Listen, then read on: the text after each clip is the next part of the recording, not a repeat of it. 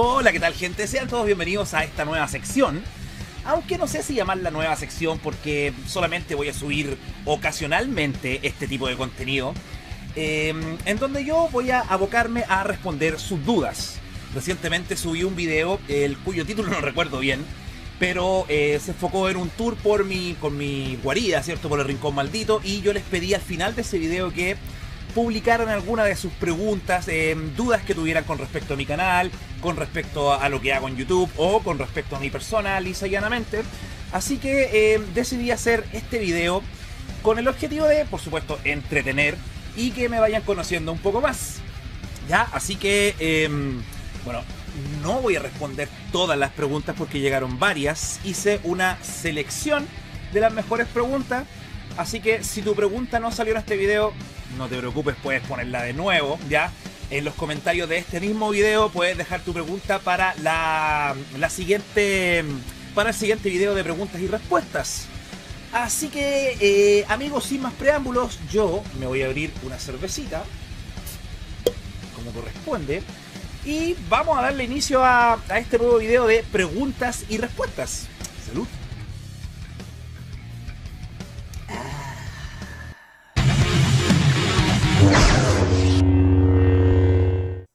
Kersey pregunta: ¿de en serio te gustó Yooka-Laylee? Yep, sí, disfruté mucho de Yooka-Laylee, principalmente porque Banjo-Kazooie fue un juego que me marcó bastante en su tiempo. Me encantó mucho ese sello tan distintivo, tan característico que Rare le otorgaba a sus títulos en el tiempo que desarrollaba juegos para Nintendo 64. Recuerdo que en su tiempo me encantó Banjo-Kazooie. Nunca pude jugar tanto Banjo-Tooie, pero sí doy fe de que es un juego muy bueno. De hecho, lo acabo de retomar hace poco y es un juego fantástico. Y recuerdo que en su tiempo también jugué Banjo-Kazooie Nuts and Bolts cuando recién se lanzó para la Xbox 360. No lo encontré un mal juego. No creo que Banjo-Kazooie Nuts and Bolts sea un mal juego, pero definitivamente no está a la altura de proclamarse una secuela de Banjo-Kazooie. No es la secuela que Banjo-Kazooie se merecían. Sin embargo, cuando jugué Yooka-Laylee pude sentirme inmerso en una atmósfera similar a la de los juegos de antaño de Rare, ¿cierto? Esta interacción que tenía el camaleón y el murciélago, ¿cierto? Era muy similar a la forma de colaborar que tenía el oso y el pájaro. Estaba la musicalización, era muy similar. Este humor característico de Rare con tintes de humor adulto, ¿cierto? Ciertas insinuaciones estaban presentes en el Yooka-Laylee. El diseño de los mundos, de los personajes. Yo me sentí realmente, muy similar a como me sentía cuando jugué Banjo-Kazooie por primera vez. Yo podría decir que es una secuela espiritual buena, se merece ser considerada como una tercera parte efectiva de Banjo-Kazooie. Y eso no es de extrañar. Recordemos que en el equipo que desarrolló inicialmente Banjo-Kazooie, también muchas de esas personas también conformaron el equipo desarrollador de Yooka-Laylee. Entre ellos estaba Chris Sutherland, quien era un artista de doblaje también. Chris Sutherland fue, creo que, el narrador de los Killer Instinct del 1 y el 2, si no me equivoco. Dio también efectivamente sus voces para Banjo y Kazooie y también participó como uno de los programadores principales del juego. Por tanto, no es de extrañar que Yooka-Laylee sea muy similar a Banjo-Kazooie. Y sí, Yooka-Laylee lo recomiendo y lo disfruté bastante. Expergichi pregunta: ¿por qué no monetizas el canal? ¿Por qué no monetizo el canal? Esta es una pregunta que me han hecho bastante y la verdad ni yo tengo claridad en cuál es la respuesta. Supongo que pueden ser varios factores. No tengo ningún cercano, ningún canal amigo que me haya dado buena experiencia en cuanto a... me haya contado sobre buenas experiencias o algo exitoso en cuanto a la monetización en YouTube. Por lo tanto, no es algo que me llame mucho la atención. La otra, no me manejo, nunca me he metido a indagar en cómo se monetiza un video tampoco. Yo soy bastante flojo en ese sentido, aparte que afortunadamente no lo necesito. Yo soy muy de la idea de crear contenido porque sí, porque quieres hacerlo. No descarto la posibilidad de monetizar, yo creo que en algún futuro lo podría hacer, pero lo que me detiene también es la constancia. Ya mis seguidores saben que yo soy todo menos constante en mi contenido, por lo tanto yo siento que si voy a lucrar con lo que hago, también tengo que entregar no solamente contenido de calidad, sino que también constancia, ¿ya? Sin embargo, es una posibilidad que no descarto. Yo creo que en algún futuro, ya cuando me organice, cuando le dé ya el trabajo y la dedicación que este canal se merece, voy a pensar en monetizar, sí. Incluso en pedir algunas donaciones. Gonzalito HBK pregunta: ¿cuál fue el motivo de presentar tu material en televisión? Bueno, Gonzalito, corría el año 2014 y yo tenía solamente un video subido en la plataforma, un video que fue Godzilla, la reseña de Godzilla Destroy All Monsters Melee de GameCube. Y bueno, fue un video experimental, un video piloto, donde yo buscaba ver la recepción del público, si el formato, si la idea de Yo No Salgo a la Calle recibía una buena respuesta de parte de ustedes. Y justo en ese momento, Diego, un amigo muy cercano, que de hecho es el que caracteriza al vendedor en mi video de la reseña de la saga de Dragon Ball Z Butoden, él me dijo: oye, ¿sabes qué? Hay un concurso en el canal Etcétera TV, ya era un concurso de un programa llamado Rejugados, ya donde precisamente estaban buscando algún youtuber, creo que también para tener un pequeño espacio de reseñas, si mal no recuerdo, en el programa. Y bueno, participé con el mismo video de Godzilla. Resulta que llegué bastante lejos en el concurso, pude incluso salir en el canal mismo, ¿cierto? Y todo eso. Ahora nos vamos a ir con alguien que incluso jugó un poco más. Cuando vean el video completo en dsc.cl más adelante, van a ver de que él hizo hasta una introducción, la hay que hacer, bastante divertida. Pero vamos con el video de Rafael Delgado, señor director, vamos con las imágenes. Que analiza un juego de GameCube de Godzilla. Ay, mira, ya hace como un adelanto. Y como era de esperar, era solo cuestión de tiempo para que el rey Kaiju invadiera el mundo de los videojuegos. Hace la historia de Godzilla en las películas, en los juegos, y llega a revisar este, por supuesto, para el GameCube. ¿No es Reptar? Mira, y ahora ahí... ¡Ah! Está producido, ¿eh? Desarrollado por Pipeworks y distribuido por Atari, Godzilla Destroy All Monsters Melee es el único juego de peleas de Godzilla que salió para el GameCube. Y bueno, resulta que no gané, ganó otra persona, no recuerdo quién habrá ganado, pero afortunadamente después pensándolo, oye, sería, yo no creo que sirva para la televisión no es lo mío, ¿ya? Pero igual fue una experiencia muy entretenida haberme visto en la pantalla en Etcétera TV, un canal que yo he visto toda la vida. Bueno, y lo chistoso también fue que recuerdo, lo más chistoso fue que dijeron que yo hablaba como la cantante Miriam Hernández. Sí, hablaba como Miriam Hernández. Me recordó un poco que era tan simpático. Porque yo era bastante, bueno, todavía lo soy, era bastante histriónico cuando yo hablo, me muevo mucho. Y bueno, fue una experiencia muy simpática. Ricardo Casas Cordero pregunta: ¿cuál es la consola y el juego que más marcó tu vida de gamer? La consola que más me marcó, considerando la experiencia, todo lo que yo disfruté de esa consola, toda la magia que me transmitió esa consola, todo el amor que llegué a tener, yo creo que sería Super Nintendo. Fue la plataforma que prácticamente despertó mi pasión y mi amor por los videojuegos. Recuerdo que títulos como Mario World, como Zelda A Link to the Past, como Castlevania 4 fueron siempre juegos a los cuales yo le dediqué mucha hora. Siempre me daba mucho de qué hablar en el colegio, era todo hablar de Mario World, era todo hablar la típica batalla de Mario vs Sonic. Yo creo que fue una de las consolas que más me marcó precisamente por eso, porque despertó mi interés en los videojuegos. Y el juego que más marcó mi vida, yo creo que va a sonar un poco cliché, por supuesto, pero fue Zelda Ocarina of Time. Tendrás el coraje. Tendrás la sabiduría. Tendrás el ingenio. Y lo más importante, encontrarás las piedras.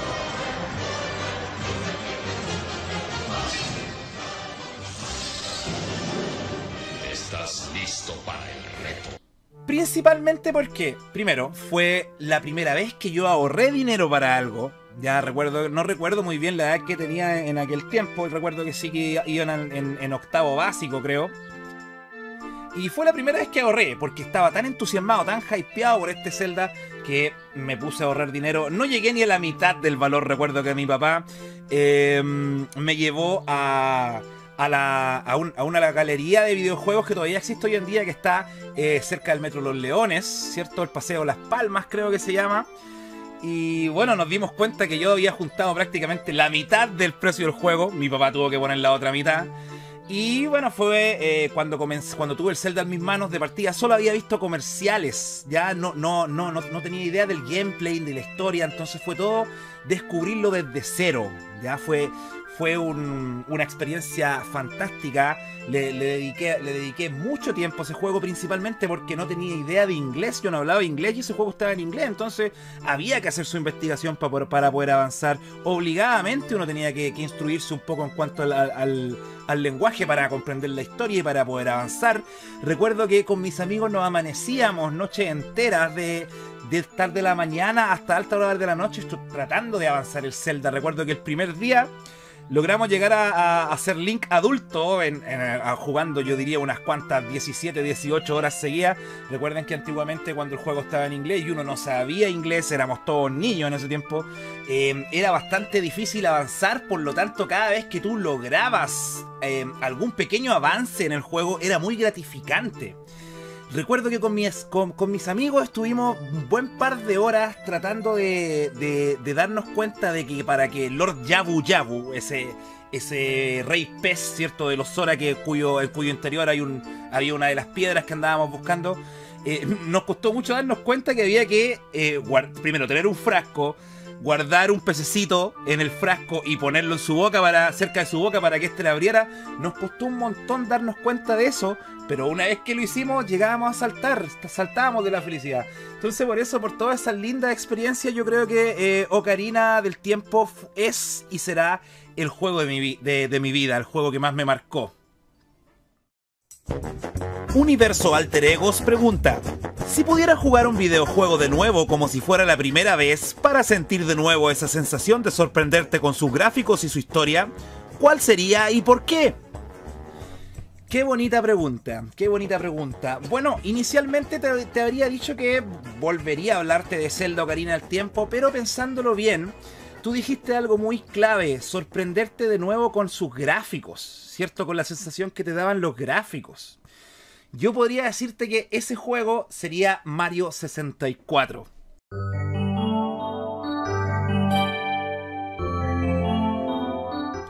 Toda una vida yo estuve acostumbrado a, consolas de 8 y 16 bits, ¿cierto? Los gráficos poligonales era algo que yo nunca había visto, salvo quizás en algunos capítulos, en algunas emisiones del programa Cybernet, que yo veía estos juegos, cuando recién se estaba experimentando ya a programar juegos poligonales. Yo alucinaba con esa gráfica, la veía demasiado lejana que esa tecnología llegase a mis manos o que simplemente llegase a mi país, porque comprenderán que en ese tiempo no había internet.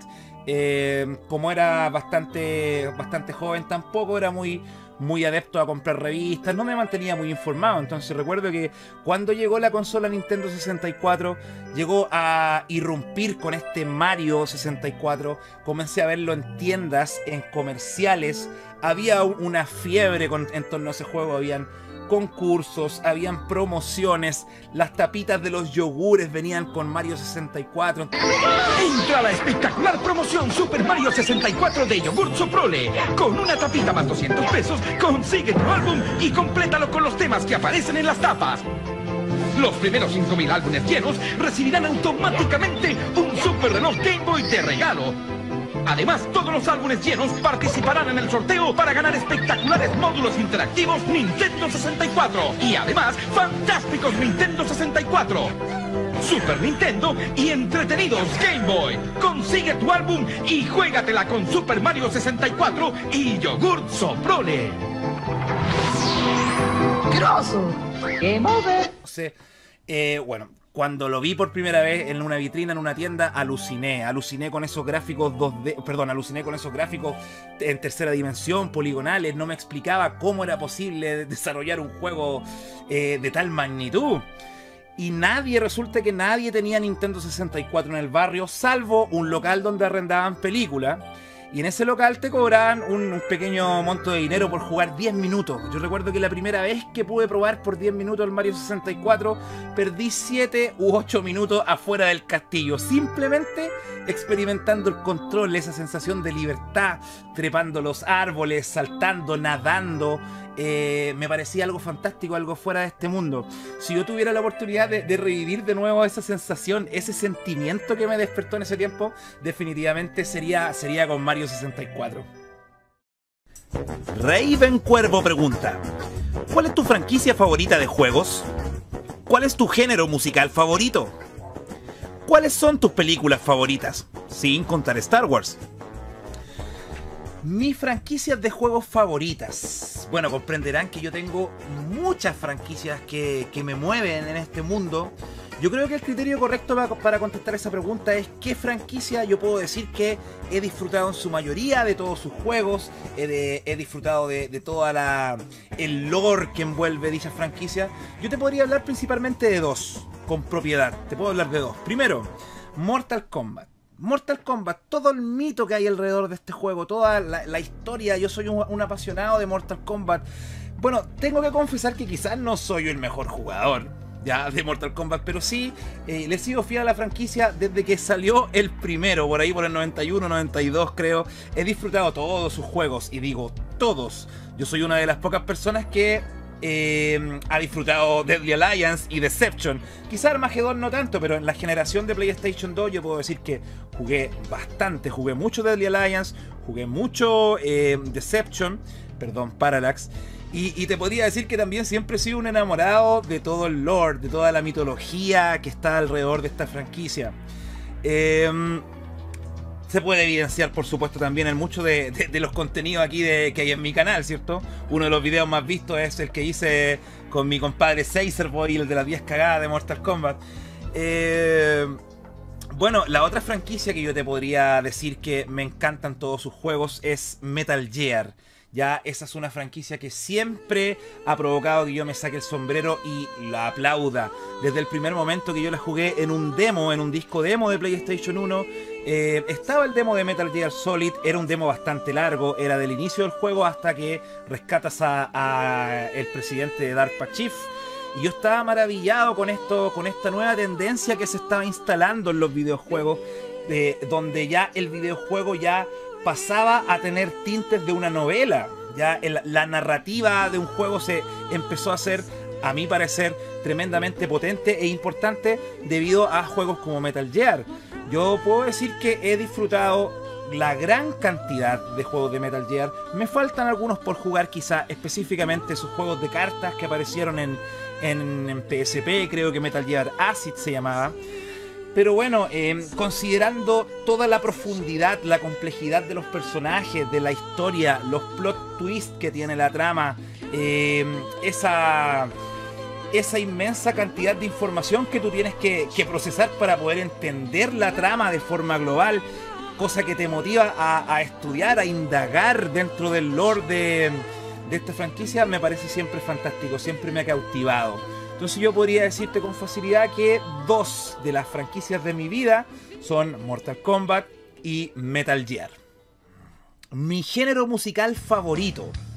Bueno, hoy por hoy yo creo que a la persona que dice disfrutar de la música puede disfrutar de todo tipo de música. Hoy en día yo escucho de todo género, menos reggaetón y todas esas cosas, por supuesto. Pero bueno, lo que he escuchado durante toda mi vida, principalmente, yo creo que oscila entre el metal y el punk, ¿cierto? Yo durante muchos años de mi juventud yo disfruté mucho de la música punk rock. Gradualmente fui conociendo lo que era el metal, ¿cierto? Y hasta ahora yo creo que escucho más metal en este momento que música punk.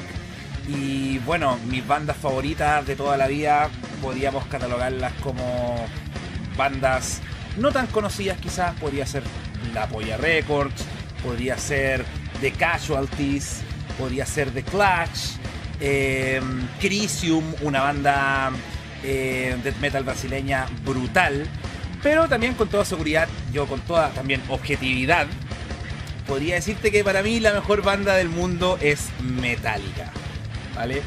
Así que eso, yo creo que los géneros que me definen están más bien en las guitarras distorsionadas y las baterías brutales. ¿Cuáles son mis películas favoritas? Menos Star Wars, por supuesto. Bueno, lo aclaraste en tu pregunta. Todos saben que mi película favorita de todos los tiempos es Star Wars. Pero fuera de eso, dejando Star Wars de lado, yo con toda seguridad te contesto. Mi franquicia o mis películas favoritas son Back to the Future, Volver al Futuro. Me fascinan esas películas, las he visto quizás ya un centenar de veces. Son películas que son atemporales, clásicos de toda la historia. Son películas que, bueno, para mí son casi perfectas. Las disfruto a concho de principio a fin, la trilogía completa. Yo podría decirte que para mí una de las mejores producciones cinematográficas, por supuesto después de la trilogía original de Star Wars, sería esta trilogía de Back to the Future.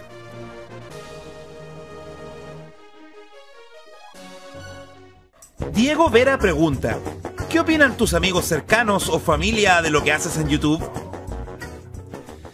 En pocas palabras, apoyo incondicional, diría yo. De hecho, mis amigos fueron los que me impulsaron a hacer el canal. Ellos sabían que a mí me encantaban los videojuegos. En ese tiempo yo no había despertado ningún tipo de curiosidad por la producción audiovisual. Fueron mis amigos los que me decían: oye Rafa, hazte un canal en YouTube, habla de videojuegos, tú tienes gracia, puedes hacer un buen contenido.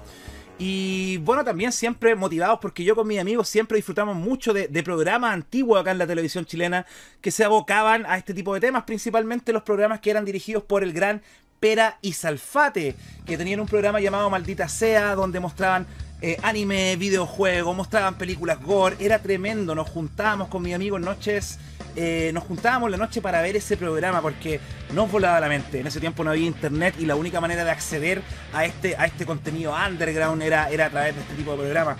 Y bueno, eso fue también lo que me inspiró a hacer el canal, y de hecho hoy en día la sección Rincón Maldito, donde vemos películas, está inspirada directamente en el trabajo de estos dos cracks. Por otro lado, el apoyo de mi familia igualmente ha sido incondicional, ¿ya? El apoyo de mi pareja, de mi hijo principalmente, ellos siempre me han impulsado a hacer videos. De hecho, cuando no subo videos mucho tiempo, es mi pareja la que me dice: oye ya, pues, tienes votado el canal, ¿cuánto hay a poner a hacer videos? Entonces eso es algo que se agradece mucho. Yo creo porque sin el apoyo directo de ellos, yo creo que lisa y llanamente no estaría acá en la plataforma. Así que, gracias. Ratoncito X4 pregunta: si tuvieras la oportunidad de tener juegos de arcade, ¿cuáles serían y por qué? Solo nombra 3. Uy, qué entretenida pregunta. A ver, si tuviera la oportunidad de tener 3 máquinas arcades, ¿cuáles serían? Ya, primero, Street Fighter 2 Champion Edition. Principalmente porque a través de Street Fighter fue la primera vez que yo puse mis dedos en una máquina arcade. Recuerdo que mi madre tenía un puesto, vendía artesanía en la estación central. Y bueno, por motivos de fuerza mayor yo no podía estar en la casa porque no había nadie que me cuidara, básicamente. Entonces mi mamá, para no tenerme aburrido todo el día en su trabajo, me daba monedas para yo poder ir al salón arcade, ¿cierto? Donde yo me iba derechito a jugar Street Fighter. Fue el primer contacto que yo tuve con una máquina arcade. Por eso tendría dicha maquinita. Segunda, Sunset Riders. ¿Por qué? Porque, bueno, básicamente cuando era más chico, con mis amigos íbamos a un mall que hay acá en el sector donde vivo yo, donde había un sector que se llamaba Sega Land. Recuerdo que era fantástico. Recuerdo que había una suerte de estatua de Sonic gigante en la entrada. Y cuando íbamos con mis amigos, íbamos al mall exclusivamente a jugar Sunset Riders de 4 jugadores. Ya nos encantó ese juego, nos gustaba la música, los personajes. Bueno, yo siempre jugaba con el gran Cormano, ese machote que a pesar de que tenía un poncho rosado, era un machote porque andaba con 2 shotguns, una en cada mano. Tremendo, así que yo creo que Sunset Riders sería el segundo. Y bueno, el tercero yo creo que sería Tortugas Ninja en el tiempo, ¿ya? Dicen que es uno de los mejores beat'em up de la historia. Yo tuve la oportunidad de conocerlo también cuando recién me mudé al sector donde vivo actualmente. Te estoy hablando del año 92. También había un supermercado que tenía, coincidentemente, tenía el arcade de las Tortugas Ninja en el tiempo y tenía el arcade de los Simpsons. 2 tremendos beat'em up de Konami. Pero recuerdo que al jugar las Tortugas Ninjas flipé un montón. principalmente porque siempre fui fanático de la franquicia desde el momento que la conocí. Oye, había una tortuga que se llamaba como yo, wow. Como niño me maravillaba esa idea. Y bueno, el arcade también me parecía muy amigable, era muy versátil. Yo, sin tener mucho talento para los videojuegos, recuerdo que ese fue uno de los primeros juegos donde yo empecé a desarrollar pericia a través de la constancia. Lo jugaba mucho, siempre llegaba más lejos, siempre estaba motivado, hasta que pude acabarlo, no con una ficha, quizás con 3 o 4 fichas, pero tengo muy buenos recuerdos de ese arcade también. Así que yo creo que esas serían las 3 máquinas que yo gustosamente, si disponiera del dinero, las tendría aquí en mi habitación. Lucas Orellana pregunta: ¿qué fue lo peor de la saga de Mortal Kombat? ¿Y qué te gusta más? ¿Street Fighter o Mortal Kombat?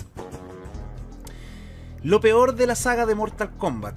Voy a dejar de lado todo lo que no es un juego. Voy a dejar de lado las películas, voy a dejar de lado la gira con la obra de teatro, voy a dejar de lado todo lo que no sea un juego. Y te puedo decir que siempre lo que me molestó de Mortal Kombat fue que desde el Mortal Kombat 4 en adelante habían muchos personajes que yo decía: ¿qué está haciendo este monigote acá en Mortal Kombat? Encontraba que los personajes eran súper poco inspirados, no parecían pertenecer a la saga. No sé, me acuerdo de personajes como Kai o como Jarek, personajes como Darius, como Suhao, como Mocap. Personajes que yo decía: oye, si yo fuera con mis amigos, siempre comentábamos, oye, Mortal Kombat es una franquicia con tanto potencial para crear personajes brutales. ¿Por qué crean estos personajes que no tienen ningún brillo? No inspiran nada referente a Mortal Kombat dentro de la franquicia. Eso fue algo que siempre me molestó. Recuerdo que con mis amigos siempre, en algún momento, antes de que saliera Mortal Kombat 4, nos sentábamos a dibujar y diseñábamos qué posibles personajes podíamos incluir en Mortal Kombat. Siempre eran psicópatas con motosierra. Me acuerdo que un amigo dijo: oye, podrían poner a Jesucristo en el Mortal Kombat. ¿Te imaginas poner a Jesucristo en el Mortal Kombat? ¡Qué brutalidad sería! Y bueno, y siempre nos encontrábamos decepcionados con los personajes nuevos que iban ingresando. Kira, Cobra.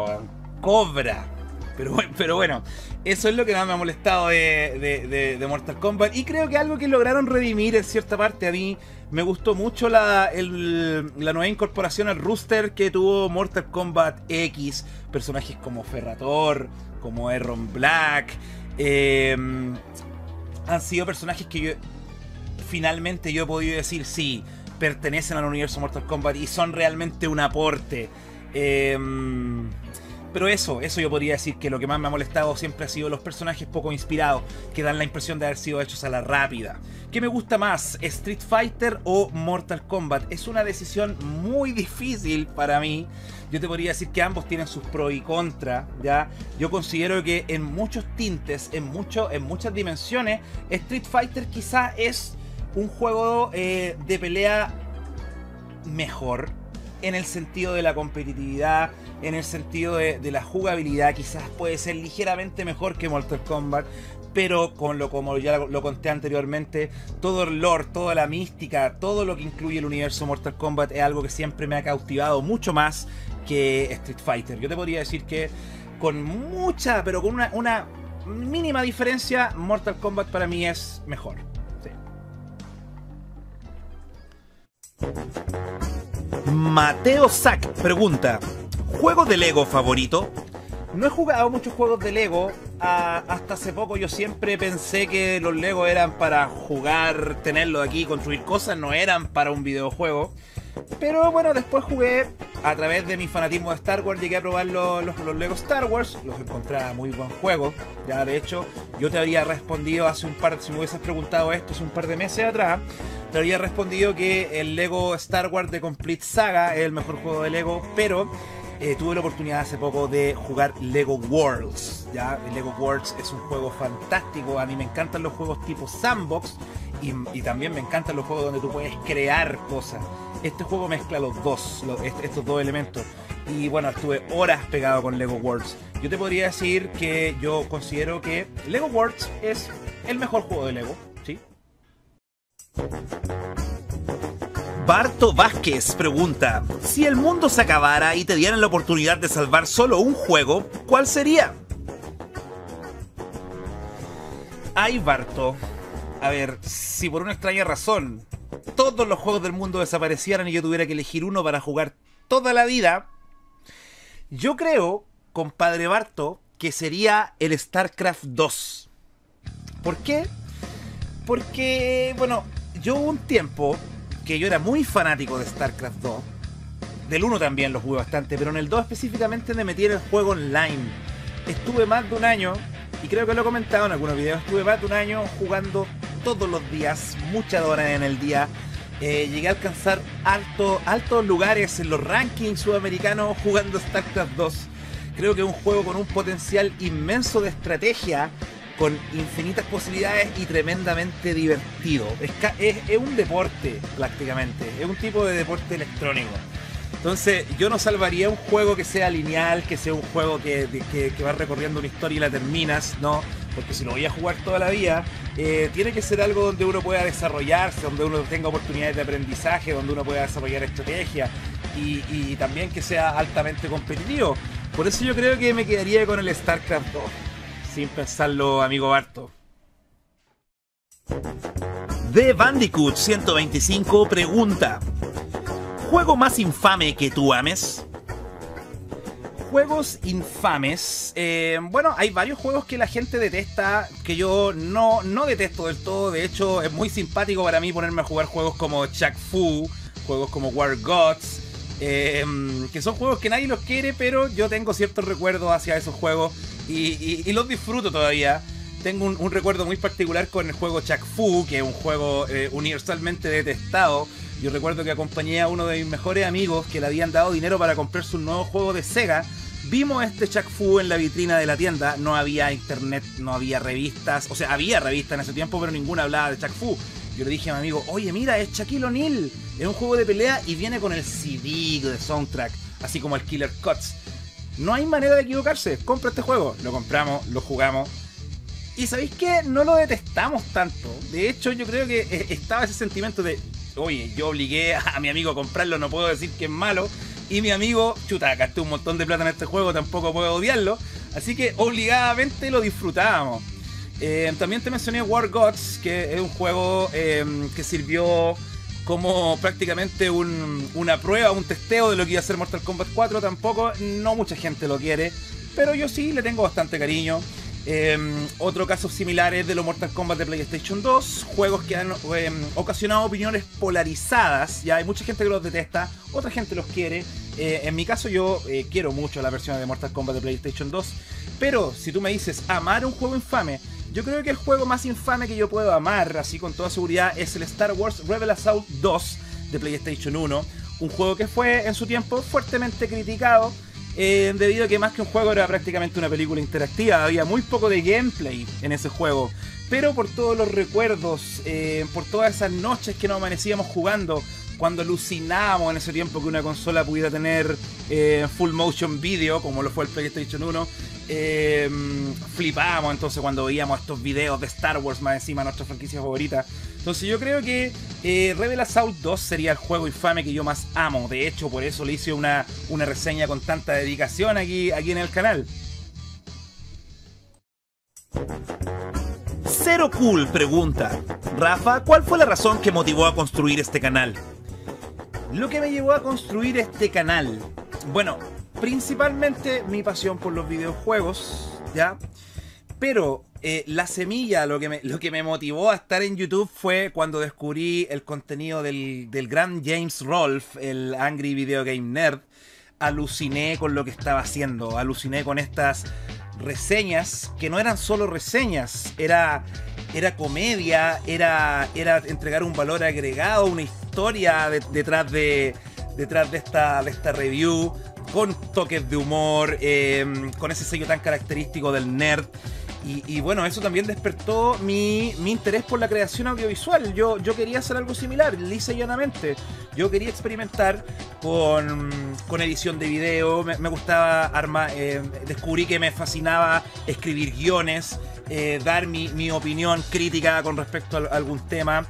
Y bueno, como lo mencioné también anteriormente, mis amigos más cercanos siempre estuvieron motivándome, impulsándome a que generara contenido audiovisual relacionado a videojuegos, principalmente por las vivencias, por la experiencia que nos dejaban estos programas de antaño que yo mencioné en la televisión chilena, Maldita Sea, Rincón Maldito, donde siempre se abordaban estos temas como los videojuegos, el anime, el cine bizarro, el cine gore, pero siempre desde la perspectiva del metal, de la buena onda, de ver material con cerveza en mano. Eso siempre me cautivó y me marcó desde muy pequeño. Yo creo que todos esos elementos impulsaron lo que es mi carrera aquí en la plataforma. DJ Pino Mix pregunta: ¿por qué no coleccionas juegos de Sega? ¿Por qué no colecciono Sega? Principalmente por las prioridades que yo tengo en cuanto a la recolección de juegos. Siempre me he abocado desde un principio en recolectar principalmente lo que es Nintendo y Sony, PlayStation. Aparte que siempre tuve una manera directa de jugar los grandes clásicos del Sega a través de las compilaciones, ¿cierto? Y a través de lisa y llanamente la emulación. Pero desde ahora voy a comenzar a coleccionar Sega, algo que ya he estado pensando seriamente. También por factores como que los juegos de Sega están bastante baratos, bastante accesibles, y estoy seguro que eso en un tiempo más va a cambiar. Así que aprovechando, yo creo que voy a dedicar el resto del año, posiblemente el próximo año completo, a ir juntando clásicos de la gran Sega Genesis, a.k.a. Mega Drive. Juan Arteaga pregunta: ¿subirás gameplays solo y como series? Ya tengo una sección de gameplays llamada Sesión Random, que es una sección que tengo bastante abandonada, por así decirlo, pero ahí subo gameplays. Pero yo prefiero interactuar con la gente cuando estoy jugando, por eso me inclino más por las transmisiones en vivo. Y de hecho, he hecho bastante acá en mi canal y he participado de transmisiones legendarias en otros canales. Por ejemplo, recientemente la Ultra Arcade Run de Street Fighter, donde jugamos Street Fighter por 60 horas con mis grandes amigos de YouTube, los alcoholiñoños. Y bueno, yo constantemente, si no en mi canal, pero en otros canales, siempre estoy participando de transmisiones en vivo. Así que síganme en mis redes sociales para saber cuándo y dónde me pueden encontrar en otros canales. Andrés Saez Cosio pregunta: ¿te gusta Godzilla por sus juegos o seguiste las películas de Toho o algo así? A ver, Godzilla, a mí siempre me ha gustado Godzilla, incluso antes de que yo me metiera en el mundo de los videojuegos, ¿ya? Mis hermanos resulta que eran muy fanáticos de franquicias como Ultra Seven, Ultraman, ¿cierto? Y ellos siempre me inculcaron esta pasión por los kaijus, digamos, por los monstruos gigantes. Y desde pequeño recuerdo que una vez en televisión abierta vi la película Godzilla vs. Mothra, y aluciné con este reptil gigantesco, y desde ahí he seguido todas sus películas hasta que también comencé a jugar juegos de Godzilla, y fue a través de ese canal que yo desperté el amor por Godzilla por mi hijo, ¿ya? Recuerdo que comenzamos a jugar el Godzilla Unleashed en Nintendo Wii, y mi hijo, el Rafa Jr., quedó fascinado con todos estos personajes, y desde ahí también es un seguidor quizás más hardcore que yo de Godzilla. Y bueno, como se puede ver por el antiguo banner que yo tenía en mi canal y por mi primera reseña, mi amor por el Rey Lagarto siempre ha sido incondicional.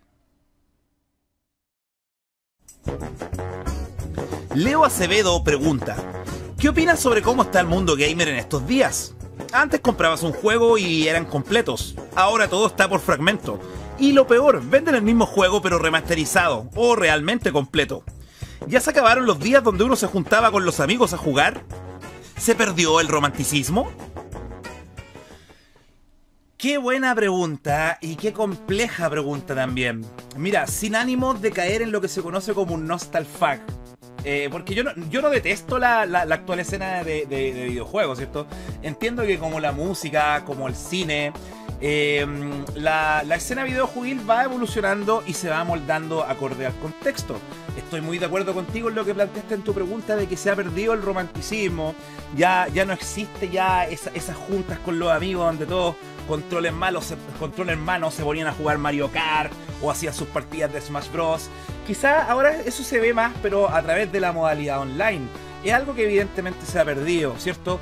También yo considero extraño mucho esos juegos que se hacían que se hacían con más dedicación. Considero que el mercado hoy en día está saturado con productos industriales que salen y se venden sin un amor detrás. No sé si me explico. También en lo que más critico de la industria actual, desde mi perspectiva por supuesto, es que el mercado ya se saturó con esta modalidad de juegos first person shooter. Ya casi todo es un FPS, ¿me entienden? Ya se ha perdido la diversidad en cuanto a género en videojuegos. Se extrañan buenos plataformeros, se extrañan buenos RPG. Entonces, esas son cosas que uno extraña, pero, por otro lado, es un elemento que siempre ha estado presente en mi vida. Tengo la fortuna que con mi círculo de amigos, con la gente que he conocido en YouTube, aún mantenemos esa junta donde cada uno con control en mano nos ponemos a hacer campeonatos de Street Fighter, nos ponemos a jugar Tekken, Mario Kart, Mario Party, y podemos estar toda la noche comiendo pizza, tomando cerveza y disfrutando de una consola retro. Es algo que siempre ha estado presente en mí, por lo tanto, dentro de mi círculo no lo extraño. Pero sí, desde tomando una fotografía a la escena actual, evidentemente que yo considero que de antaño, por ahí por los 90, principios de los 2000, la escena videojueguil tenía este romanticismo, esta magia, esta mística, que se ha perdido con el tiempo y que bueno, personas como yo buscan homenajear esos gloriosos tiempos a través de canales como este. Dino Baez pregunta: ¿nos podrías contar la historia detrás del carro de supermercado y tú? La historia del carro de supermercado, ya. Bueno, resumen. Yo, antes de ser profesor, trabajaba en un local llamado Easy. ¿Qué vendían en el Easy? Materiales de construcción. Y yo me desempeñaba ahí cargando camiones, ¿ya? Resulta que entre camión y camión yo tenía que esperar un rato. Entonces con mis colegas una vez estábamos esperando. Yo me senté sobre una estructura de hormigón que había ahí y había un carro de supermercado. ¿Qué pasa? Todos sabemos que los carros de supermercado tienen la parte de atrás como reclinable. Se tira adelante, ¿cierto? Y yo andaba con zapatos de seguridad. Los zapatos de seguridad tienen una punta de fierro. Por lo tanto, cuando meto el zapato ahí, queda enganchado con la parte del carro y no podía sacar los pies. Y fue algo muy desesperante porque si yo intentaba moverme, la caída desde ese lugar donde estaba sentado iba a ser muy fea. Y aparte, mi amigo ahí muerto de la risa, no tenía ningún interés en ayudarme, solamente me grababan. Oye, no está weyando. No, güey, corre. No, güey, la madre.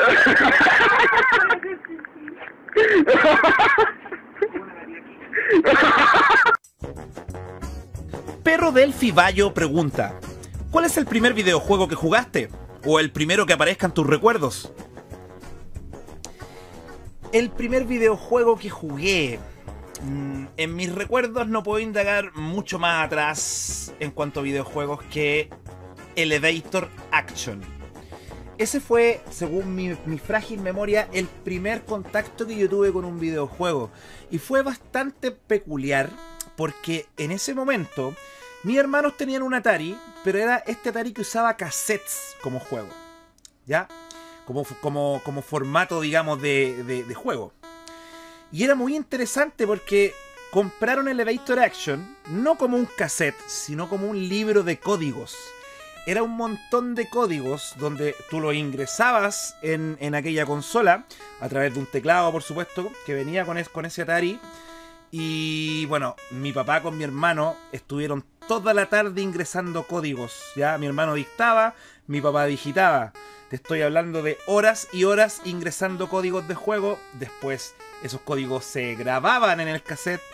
Ponías el cassette en el Atari, esperabas que cargara una cantidad determinada de tiempo, unos 20 minutos, quizás más, y ahí estaba el gran Elevator Action, y fue la primera vez que yo pude poner mis manos en un videojuego. Fabio Antonio Vega Díaz pregunta: viendo como la otra vez pediste soundtrack de videojuegos, ¿podrías decirnos cuáles son los que más te llegaron? Los soundtracks de juegos que más me han llegado, que todavía están siempre en mi playlist cuando voy a cualquier lado y que siempre están de alguna u otra manera resonando constantemente en mi mente, te podría decir que son Castlevania 4, Mega Man X, que para mí es la definición más perfecta entre el cruce de la música de 8 bits con el metal. El soundtrack completo de los dos primeros Streets of Rage. Y finalmente el gran David Wise, por supuesto sus trabajos de la saga Donkey Kong Country. Y me gustaría hacer una mención especial también a un soundtrack que yo escucho mucho. No lo califico dentro de esta categoría de música de videojuegos, porque esta es música real, instrumental, grabada específicamente para un juego para dos juegos. Que estos juegos son The Neverhood y Skull Monkeys, ¿ya? El trabajo musical de estos juegos estuvieron a cargo de un gran compositor estadounidense llamado Terry Scott Taylor, ¿ya? Es un trabajo tremendo, principalmente porque este caballero hace sus temas solo, ¿ya? Esta banda sonora fue tan potente que incluso ha sacado varias versiones donde está solamente la banda del juego. Hay un compilado que se llama Imaginarium, Sound of the Neverhood. Está en YouTube, se lo recomiendo al 1000%, es un viaje. Escuchar ese disco es un verdadero viaje. Y bueno, yo creo que me faltan muchos soundtracks por mencionar, pero he mencionado ya los principales juegos. Alexis Sepúlveda Valenzuela pregunta: ¿cuál es la mejor consola? Por jugabilidad y títulos disponibles, considerando las antiguas hasta el tiempo que salió Xbox. La mejor consola. Bueno, en tu pregunta dice que hasta que salió la primera Xbox, entonces te refieres a la generación donde estaba GameCube y PlayStation 2 también, ¿no? Mira, tratando de ser lo más objetivo posible, eliminando toda mi nostalgia, ya todos los recuerdos y todo el sentimiento que yo pueda tener a otras plataformas, tratando de ser más objetivo, yo podría decirte que la mayor cantidad de juegos buenos en un solo sistema los he visto en PlayStation 2. Todos saben que el PlayStation 2 tiene una biblioteca enorme y en esa biblioteca enorme hay un montón de clásicos de todos los tiempos, un montón de juegos que son tremendamente buenos, que son infravalorados, que quizás son un poco desconocidos hoy por hoy, pero esa es mi opinión. Yo creo que bajo mi perspectiva, bajo mi experiencia, la consola que reúne la mayor cantidad de características para ser nominada a la mejor consola, yo creo que es PlayStation 2. Jeremy Barrera Macaya pregunta: ¿posibles acontecimientos para Mortal Kombat 11 según tú? Posible. A ver, posibles acontecimientos. Lógicamente, siguiendo la línea temporal de Mortal Kombat, debería ahora la historia estar relacionada con Onaga, con el antiguo rey, con el rey primigenio del Outworld, ¿cierto? Yo creo que los hechos van para allá, van por ahí, porque en el Mortal X ya vimos una suerte de reinterpretación de los acontecimientos de Mortal Kombat 4, incluso creo que también se anularon algunos eventos como los del Devil Alliance, pero yo creo que de una u otra forma el Rey Dagón se va a ver involucrado en esta nueva trama. Eso es lo que yo podría presagiar. Pero la verdad estoy tan hypeado con ese juego y yo siento que nos puede sorprender con cualquier cosa. Habrá que esperar nomás y ver si el tiempo me da la razón. Brian Ramírez pregunta: ¿qué juego le recomendarías a tu peor enemigo? ¿Qué juego le recomendaría a mi peor enemigo? Complicado, porque podría recomendarle un juego malo. Pero por otro lado, si es mi peor enemigo, podría recomendarle un juego adictivo, bueno, que consuma toda su vida. Ya, podría recomendarle, no sé, League of Legends, ¿ya? Nunca he jugado League of Legends, pero sí, soy consciente de lo adictivo que puede llegar a ser. Pero bueno, supongo que tu pregunta apuntaba más para juegos malos. ¿Qué juegos malos yo le recomendaría a alguien así como para hacerle una broma de mal gusto? Yo creo que le recomendaría Superman 64. Yo creo que ese es un juego que de entrada lo puedes jugar 60 segundos y ya te vas a dar cuenta que estás frente a una obra desastrosa. Así que yo creo que a mi peor enemigo le recomendaría Superman 64. Felipe Alonso Martínez Anderson pregunta: ¿prefieres la emulación en una consola original o emulación en PC? Emulación, interesante tema. Me fascina mucho el tema de la emulación, ¿ya? Bueno, tengo mis aprensiones contra la piratería. Como pueden ver, yo colecciono todo original en lo posible, ¿cierto? Compro algunas repros también en juegos que son demasiado caros, pero nunca he dejado de lado la emulación, y lo digo abiertamente. Yo todavía ocupo emuladores para múltiples propósitos, ¿ya? Ahora, si tu pregunta es emular en una consola original o emulación en PC, evidentemente que prefiero emular en una consola original, a través de una flashcard o a través de algún homebrew, ¿cierto? Como es el caso de la consola de Nintendo Wii, principalmente porque estás emulándolo en un hardware nativo, ¿cierto? De hecho, no estoy seguro si el tema de las flashcards prácticamente no sería emulación, porque estás haciendo que la ROM corra dentro de un hardware nativo, ¿no? No me entiendo mucho en ese tema, pero principalmente porque los puedes jugar en la televisión normal. Si tú estás emulando en Nintendo Wii o estás ocupando una flashcard en un Super Nintendo, lo estás jugando en una tele de tubos, ¿ya? Y eso es la experiencia más fidedigna, más fiel a lo que era jugar el juego originalmente en su tiempo. Así que yo diría, sin temor a equivocarme, prefiero 100% la emulación, como tú lo planteas en tu pregunta, desde una consola.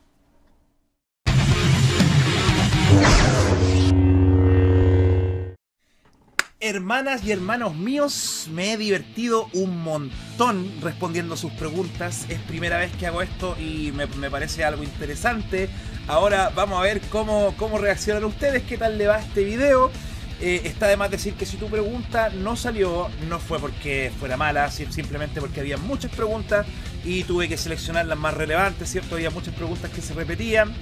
Pero bueno, si tienes alguna otra pregunta o quieres insistir con alguna pregunta anterior, déjala, por supuesto, en la caja de comentarios de este video para una futura emisión de un nuevo video de preguntas y respuestas, ¿cierto?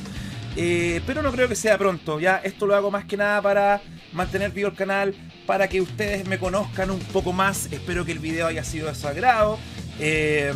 Reitero mi agradecimiento, pasé un muy buen rato haciendo este video. Y bueno, muchas gracias por el apoyo que me han dado hasta ahora. Voy a seguir cada vez más activo en YouTube, ¿ya? ¿Por qué? Porque tengo planificado hacer un par de cosillas, específicamente este otro año, que me van a dejar con mucho más tiempo para trabajar en esto, ¿ya? Específicamente pienso eliminar ciertos trabajos que me mantenían ocupado y dedicar ese tiempo más para profesionalizar más el canal. Y sería eso, pues cabros. Muchas gracias por ver el video, no olvide dejar su like, ¿ya? Y gracias por el apoyo de siempre, lo reitero. Muchas gracias por ver y nos vemos luego. Bye bye.